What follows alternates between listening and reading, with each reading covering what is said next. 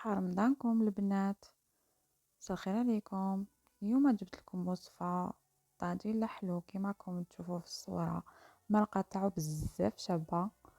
على بركة الله نبداو في كسرونة، نجيبو كيلة سكر، 3 كيلات ماء، عود قرفة وزبدة. نسخنو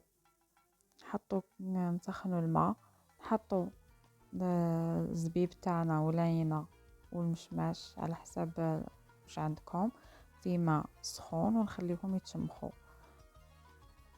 بعد ما يغلي لي الماء تاعي والسكر والزبدة والقرفة، نضيفوا عليهم الزبيب والمشماش بعد ما كانوا تشمخوا لي شويه بالماء سخون كيما راكم تشوفوا، بلا ما نضيفوا العينه باسكو العينه كي نضيفوها تكحل لنا المرقه تاعنا.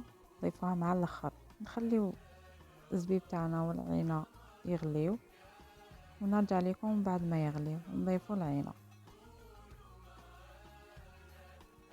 هنا حبيباتي بعد ما طاب لي الزبيب تاعي والمشماش، ضفت العينه تاعي وخليتها تزيد تغلي معاهم شويه.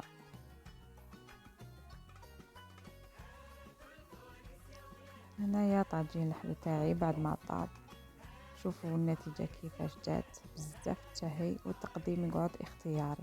سلام البنات، نتلاقاو في فيديو اخر خفيف ان شاء الله.